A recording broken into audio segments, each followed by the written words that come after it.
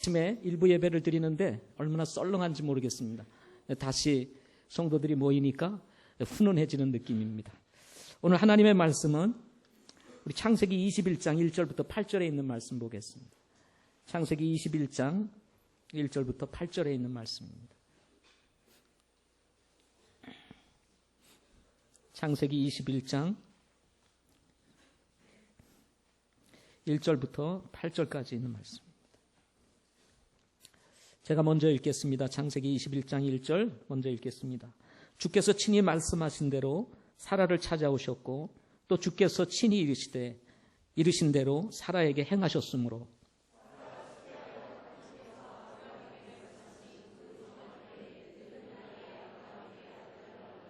아브라함이 자기에게 태어난 자기 아들 곧 사라가 자기에게 낳아준 아들의 이름을 이삭이라 하고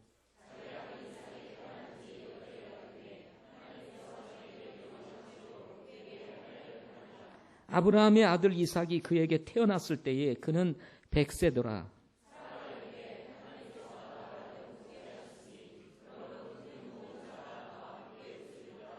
또 이르되 사라가 아이들에게 젖을 주겠다고 누가 아브라함에게 말하였으리요. 내가 늙은 나이의 아브라함에게 아들을 낳았도다 하니라.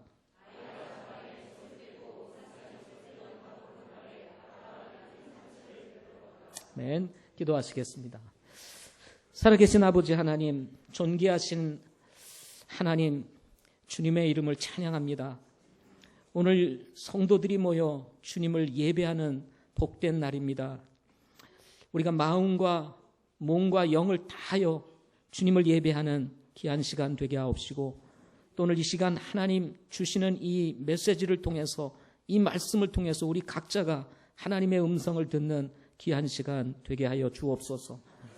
아버지, 이 말씀을 통해서 성도들은 영적으로 성장할 수 있도록 도와주시고 주님을 알지 못하시는 분들은 예수 믿고 구원받는 은혜가 있게 도와주시옵소서. 예수님의 이름으로 기도하옵나이다. 아멘. 오늘 말씀의 제목은 함께 웃어요 라는 제목입니다. 자, 옆에 계신 분들 보고 한번 웃겠습니다. 함께 웃어보시죠. 예, 옆에 계신 분들 한번 웃어보겠습니다. 네. 여러분, 이 주일이 즐겁지 않습니까? 한 주간 동안 힘들고 어렵게 살다가 우리가 주일날 이렇게 모여서 하나님을 예배하고 오래간만에 성도들 만나고 이렇게 말씀 듣고 이러는 게 얼마나 좋습니까? 뭐 바깥에 요즘 단풍철이라 놀러 가는 것도 좋지만 그것도 갔다 오면 피곤해가지고요. 아이고 팔다리야 그러고 얘기합니다. 근데 예배 드리고 나와가지고는 아이고 팔다리야 하는 분들은 아무도 없더라고요. 예. 우리 주님이 주시는 은혜라고 믿습니다. 예. 오늘 저는 말씀을 준비하면서 하나님 참 유머러스 하신 분이시다라는 생각을 가지면서 이 제목을 삼았습니다. 오늘 이렇게 말씀을 보게 되면 이 제목을 함께 웃어요라고 지을 만한 제목이 없어요.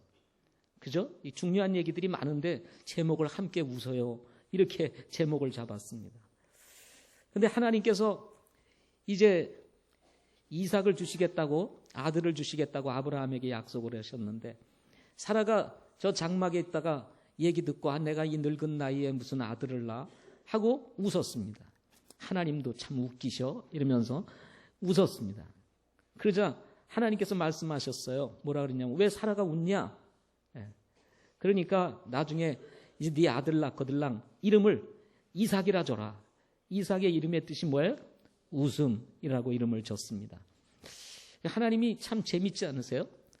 또 재밌는 것이 하나 있습니다. 그게 뭐냐면 아니 이왕이면 좀 젊은 나이에 아이를 주시지. 그래 아브라함 100세 사라 90세 나이에 꼭 아들을 주셔야 되겠어요? 여러분 생각해 보십시오. 90세 할머니가 아이를 낳고 젖을 먹이는 것을 상상해 보세요. 우스워요 안 우스워요? 우습지요, 그죠? 아니 본인도 우스웠을 것 같아요.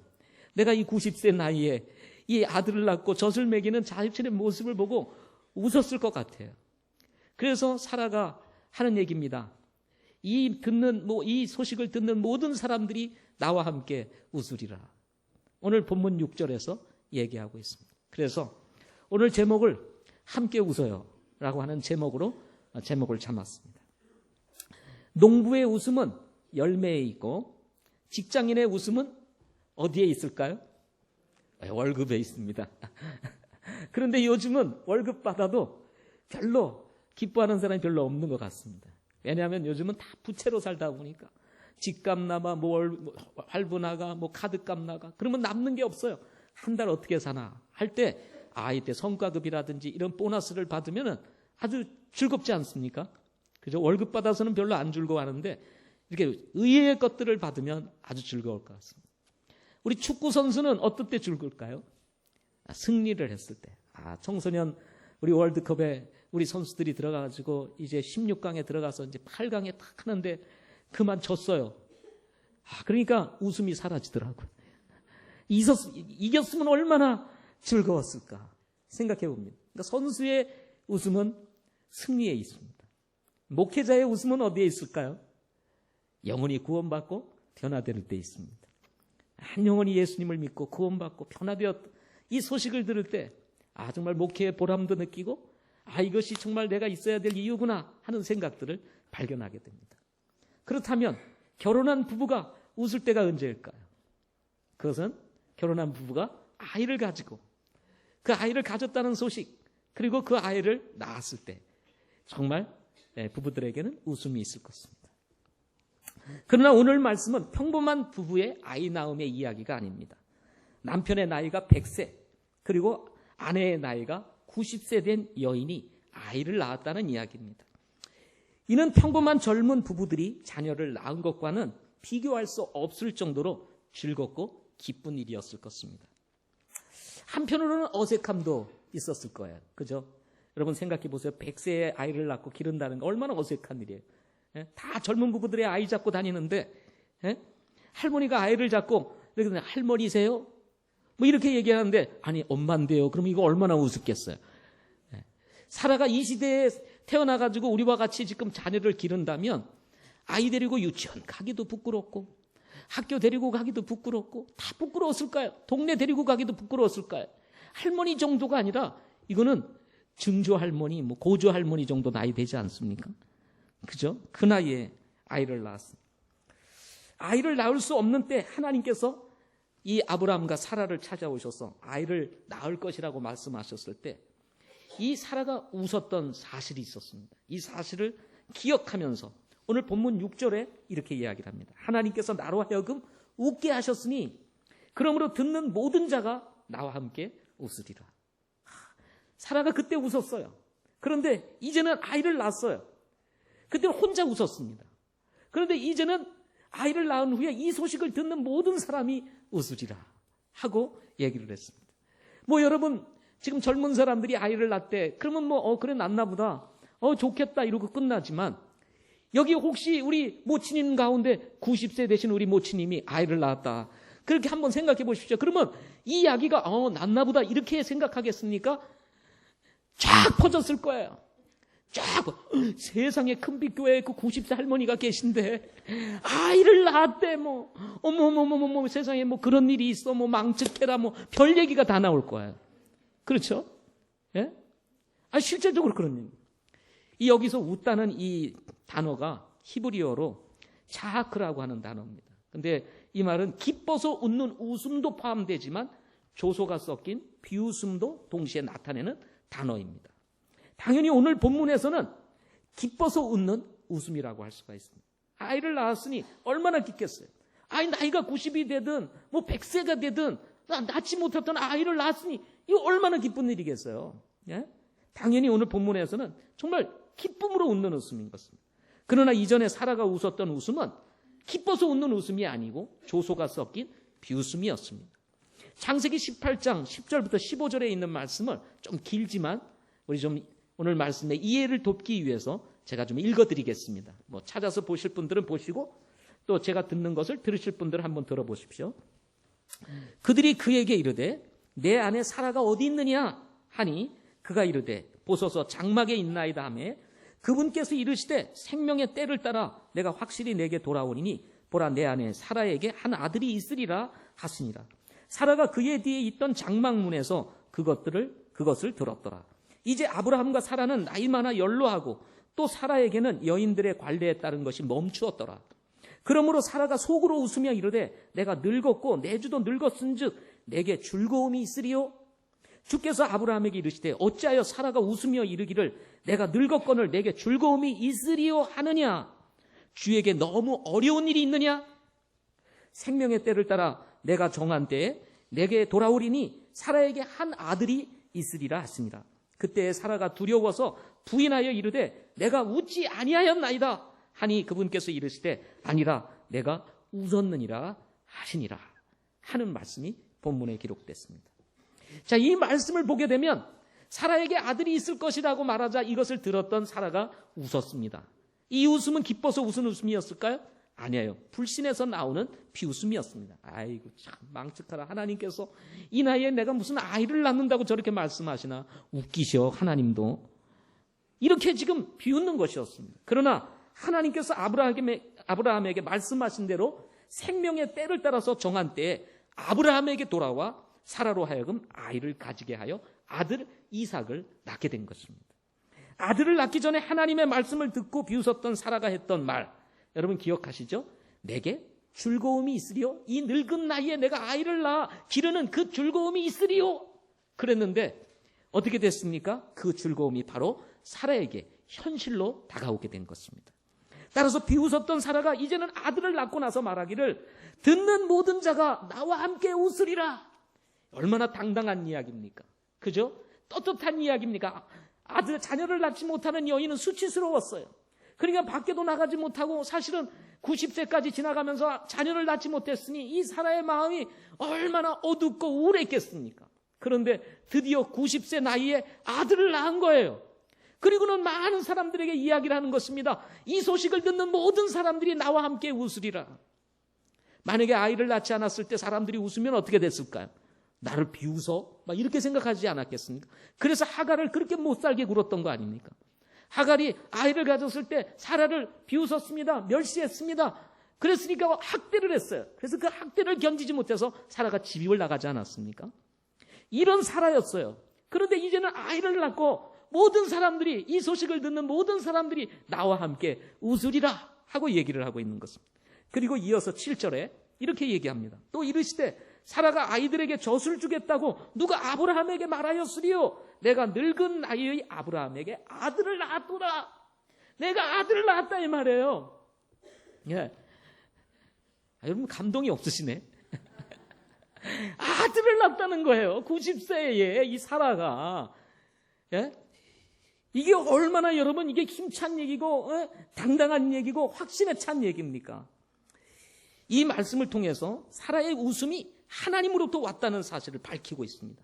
자 보세요. 사라가 아이들에게 젖을 주겠다고 누가 아브라함에게 말했으리요.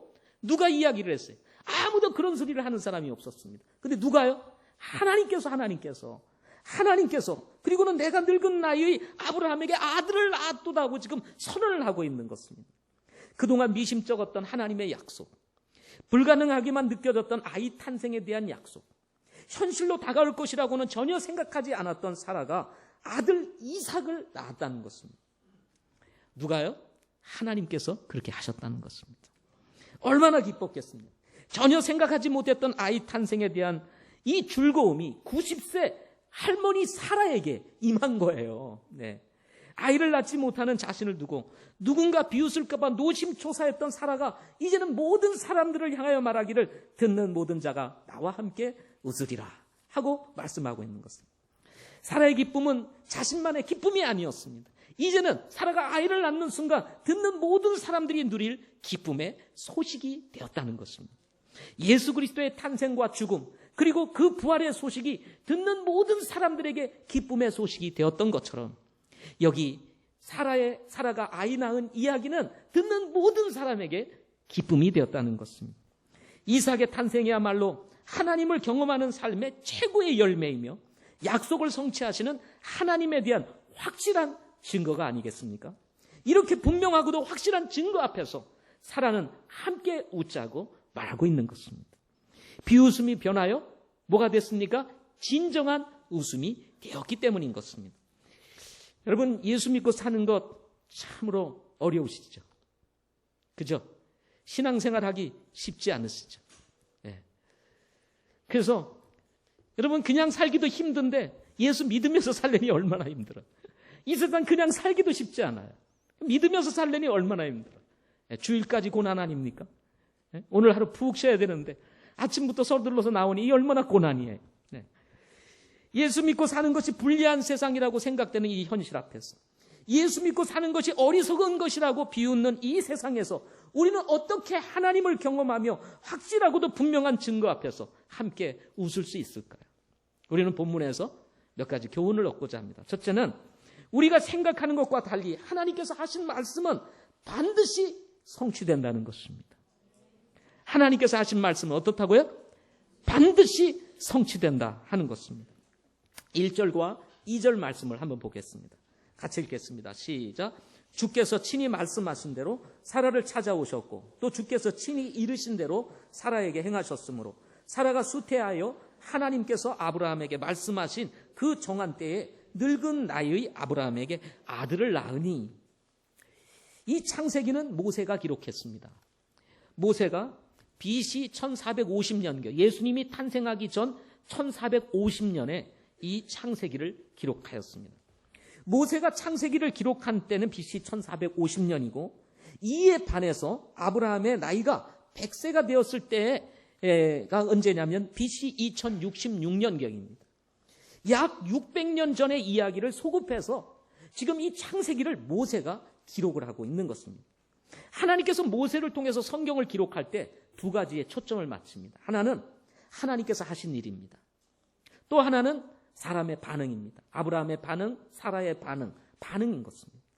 이런 반응을 연대를 따라서 모은 것이 뭐냐면 그게 역사입니다. 역사.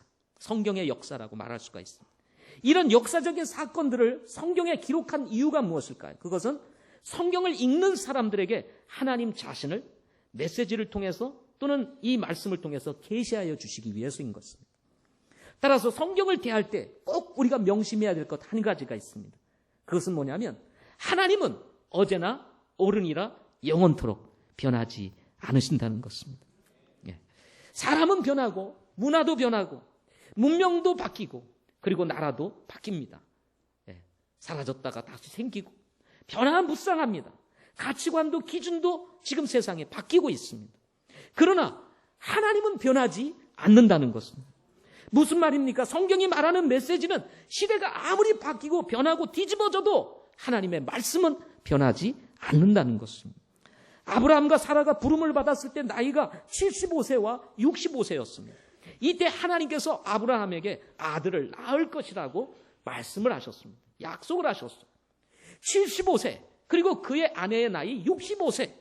그러나 우리의 생각과 달리 하나님께서는 25년이라고 하는 세월이 지난 후에서야 비로소 어떻게 해요? 하나님께서 하신 말씀을 실행에 옮기십니다. 25년이라는 세월, 아들을 주시겠다고 약속을 한 이후에 25년의 세월이 지나는 동안 끔찍도 하지 않으셨던 하나님께서 25년이 지난 이후에 아브라함 나이 100세가 되었을 때 비로소 아들을 주신 것입니다. 75세의 나이 그리고 65세의 부부에게는 이 25년의 시간이 아주 긴 시간이었어요. 여러분 25년을 주시겠다고 약속한 이후에 아들을 가지지 못하고 자녀를 가지지 못했을 때 이 사라의 마음, 아브라함의 마음 여러분 어떠했겠어요? 어떤 때는 기대했다가 어떤 때는 실망했다가 또 어떤 때는 다시 주님을 바라봤다가 아예 포기하자 뭐 이런 등등의 생각이 수없이 교차하면서 지난 세월을 보내왔을 것입니다. 또다시 하나님께서 나타나셔서 제 약속을 하실 때조차도 웃어버렸던 아브라함이었습니다. 그리고 사라였습니다.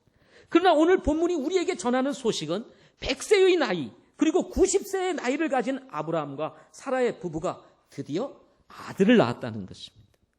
뭐를 낳아요? 아들을.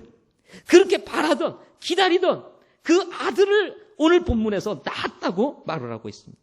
오늘 말씀을 이렇게 시작합니다. 어떻게 시작해요? 주께서 친히 말씀하신 대로. 어떻게 해요? 주께서 친히 말씀하신 대로 하나님께서 말씀하신 대로 아들을 낳았다는 것입니다. 하나님께서 말씀하신 대로 90세에 100세의 아브라함에게 아들을 낳았다는 것입니다. 25년이라고 하는 절망적인 시간의 갭을 깨고 하나님께서 사라에게 아들을 주신 것입니다. 이렇게 여러분 25년의 긴 세월을 통과하는 가운데에서 하나님께서 약속을 이루셨다는 말씀을 오늘 본문에 주고 있는 것입니다. 여기서 우리가 배울 수 있는 것은 무엇일까요? 이렇게 하나님을 경험하는 삶의 여정에는 기다림이라고 하는 것이 필요하다는 것입니다. 뭐가 필요해요? 기다림. 기다림은 때때로 절망으로 다가올 때가 있습니다. 기다림은 때때로 불신앙으로 다가올 때가 있습니다. 기다림은 때때로 비웃음으로 다가올 때가 있습니다. 그러나 오늘 말씀을 통해서 하나님께서 우리에게 주시는 메시지는 무엇입니까? 그것은 주께서 친히 말씀하신 대로 이루어진다는 것입니다. 25년의 세월이 지나든 100년의 세월이 지나든 1000년의 세월이 지나든 하나님께서 말씀하신 것은 반드시 성취되어진다는 것입니다. 아브라함과 사라가 이삭을 낳음과 같이 하나님의 아들 독생자 예수 그리스도께서 4000년이 지난 이후에 침묵의 시간을 깨고 사람의 모습으로 이 세상에 오셨습니다. 메시아를 약속한 이후에 4000년이 지난 이후에 예수님이 탄생하신 것입니다. 그리고 그분께서는 말씀하셨습니다. 내가 다시 오시리라. 2000년의 세월이 지나고 있습니다. 그러나 아무리 세월이 지난다 할지라도 주님은 다시 오실 것이라는 것입니다.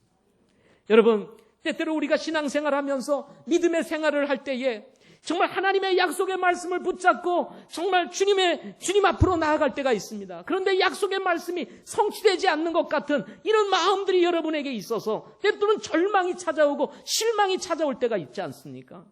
그때 우리에게 필요한 게 뭐예요? 기다림입니다. 인내인 것입니다. 인내는 반드시 뭐가요? 열매가 있게 되는 것입니다.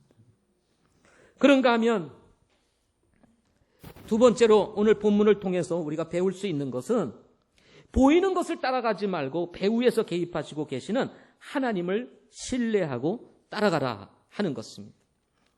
아이를 낳기까지 아브라함은 3번의 위기를 맞이하게 됩니다. 첫 번째 위기는 가나안 땅에 기근이 들어 이집트로 내려간 사건입니다. 기근이 들어서 이집트로 내려갔어요. 그곳에는 먹고 사는 것이 아주 좋았기 때문이었습니다. 그런데 아브라함에게는 약점이 하나 있었습니다. 그것이 무엇이었습니까? 아내 사라가 너무 이쁘다는 것이었습니다.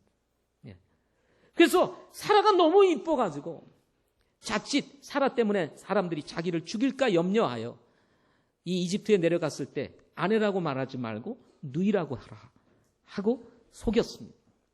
그 결과로 어떻게 했습니까? 이집트로 내려갔을 때 사라의 그 아름다움을 보고 사람들이 이야기를 하는 겁니다. 이 아브라함이라는 사람이 왔는데 그의 누이가 너무 이쁘더라. 그러니까 이집트의 왕 바로가 그 여인을 한번 데리고 와봐라. 너무 이쁜 거예요. 그래서 내가 첩으로 삼아야 되겠다 하고 자기의 아내로 삼으려고 하는 거예요. 여러분, 이렇게 되면 어떻게 되죠? 하나님의 약속은 깨지게 되는 거예요.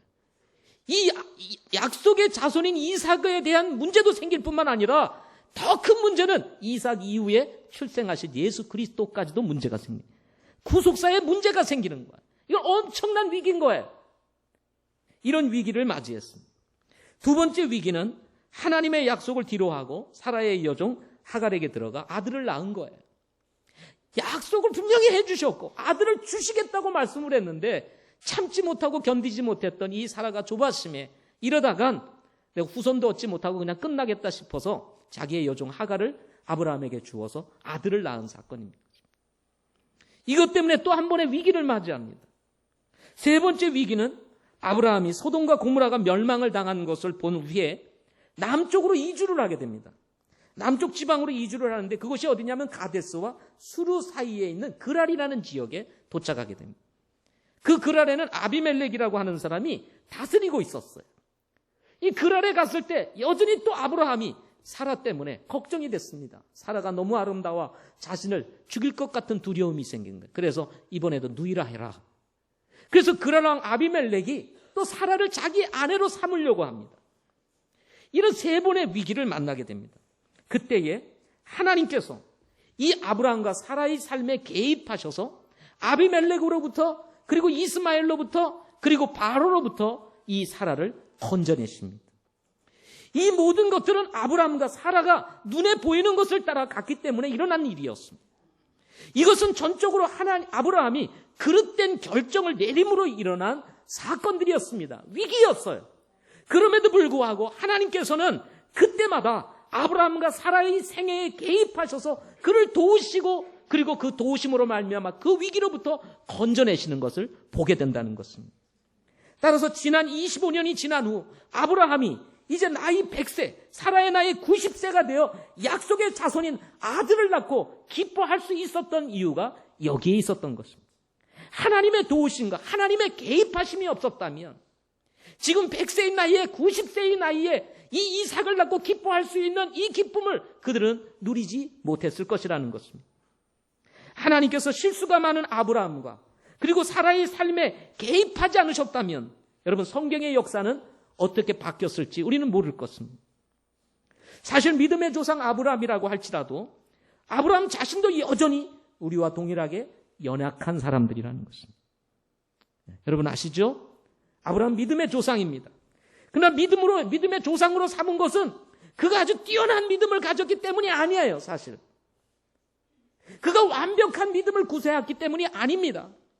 전적으로 하나님의 은혜인 것입니다. 이는 아브라함만이 아닙니다. 바울도 마찬가지. 위대한 사도로 쓰임을 받고 있었던 이 바울, 그도 전적으로 하나님의 도우심이 있었기 때문에 바울일 수 있었다는 거예요. 그래서 바울은 자신의 전생애를 돌아보며 이렇게 고백을 합니다.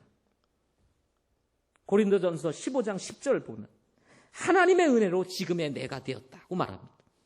하나님의 은혜로 뭐가 되어? 지금의 내가 되었다. 이것은 아브라함의 문제만이 아니고 바울의 문제만도 아닙니다. 여러분, 우리도 동일한 것입니다. 여러분, 우리가 하나님의 자녀가 될 만한 자격이 있을까요?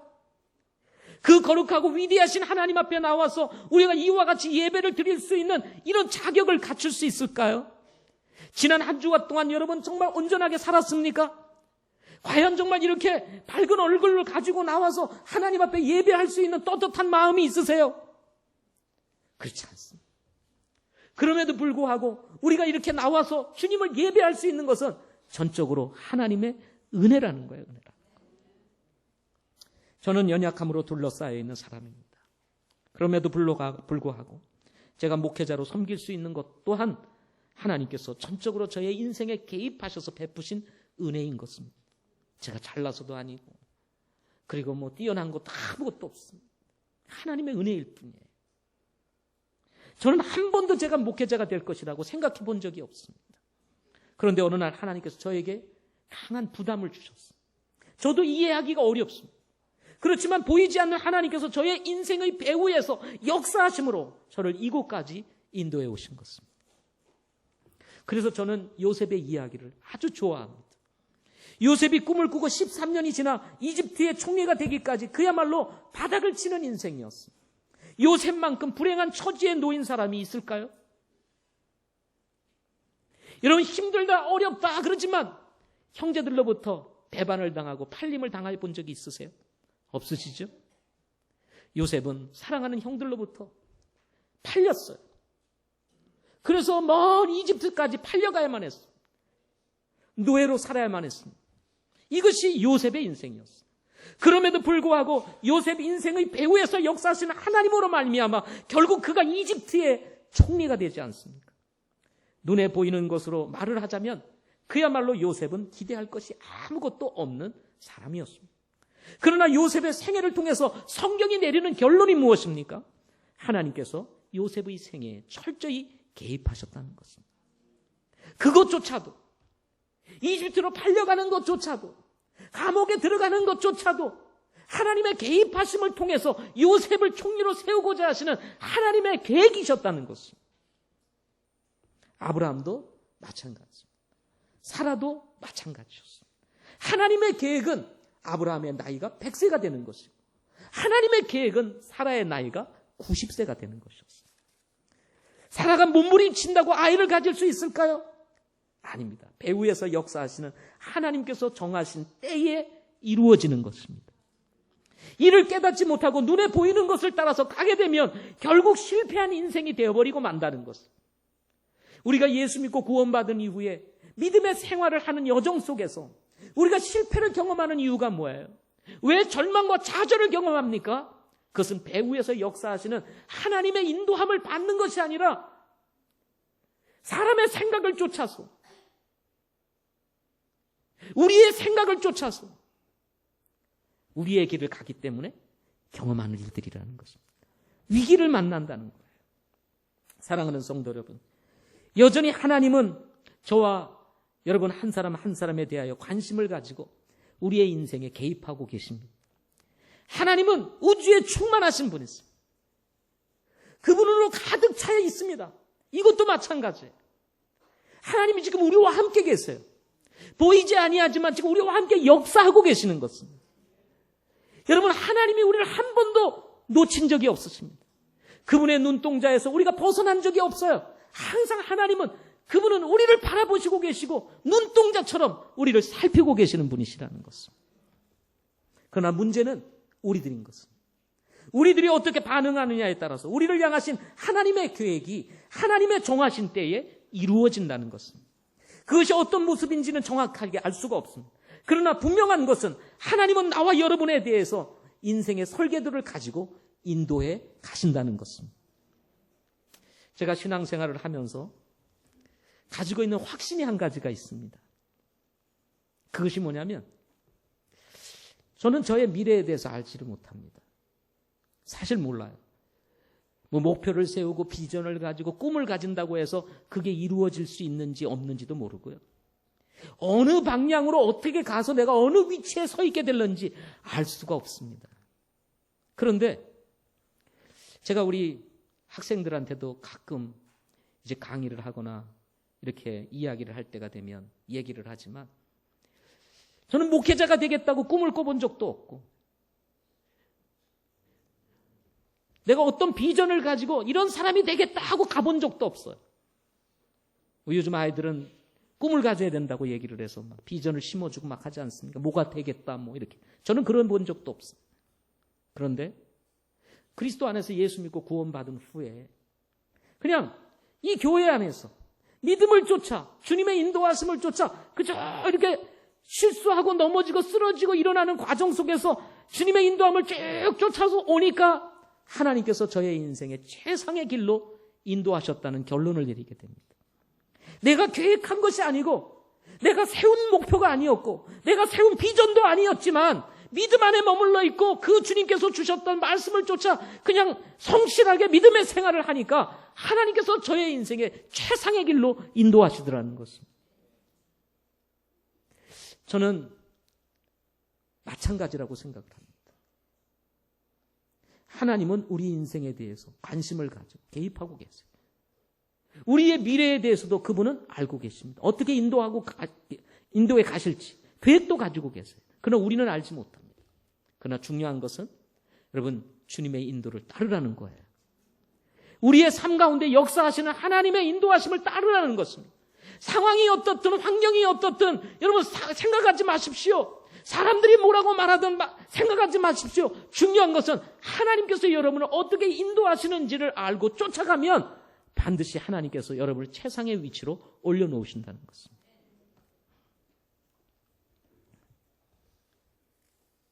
에레미야 32장 27절 말씀에 이런 말씀이 있습니다. 보라, 나는 주여 모든 육체의 하나님이니라. 내가 너무 어려운 일이 있느냐? 하나님이 어려운 일이 있으십니까?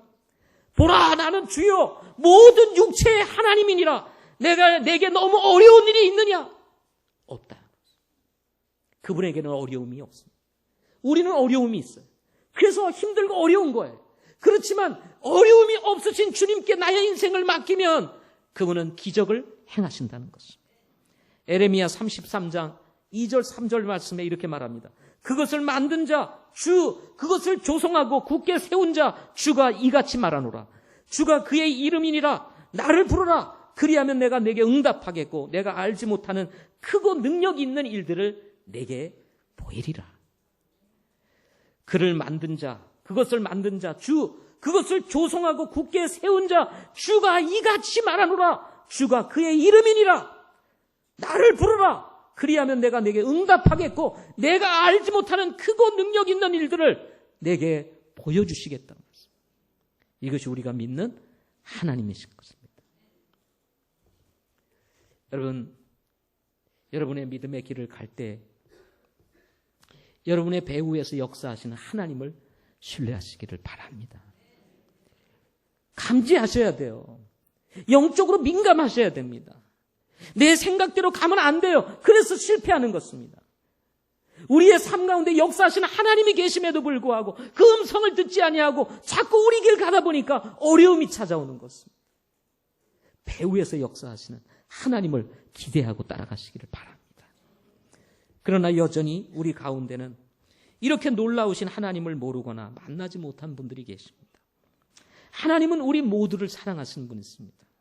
우리 모두는 하나님의 형상대로 지음을 받았기 때문인 것입니다. 누구든지 예수님을 믿기만 하면 구원을 받고 하나님의 자녀가 되는 놀라운 은혜를 누리게 되는 것입니다. 뿐만 아니라 하나님의 자녀가 됐을 뿐만 아니라 위기를 만났을 때 하나님의 도우심도 우리가 받고 하나님의 긍휼과 자비하심 속에서 우리는 믿음의 길을 저 본향에 이를 때까지 갈 수 있도록 도우신다는 것입니다. 혹시 여러분 가운데 아직 주님을 알지 못하신 분이 계시다면 거절하지 마시고 예수님을 믿고 구원을 받아 하나님의 자녀가 되어 하나님과 동행하는 삶을 누리실 수 있기를 바랍니다. 기도하겠습니다.